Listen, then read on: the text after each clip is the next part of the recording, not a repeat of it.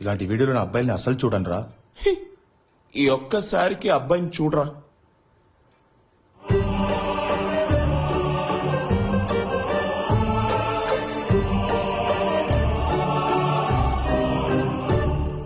Racks రే, ఇది రూపే కదరా?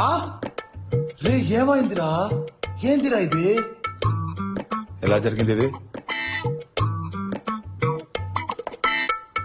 ఏ light తీసుకోరా, అబ్బాయి వీడియో ఒక ప్రాబ్లమా? రే ఏంద్రా ఇది?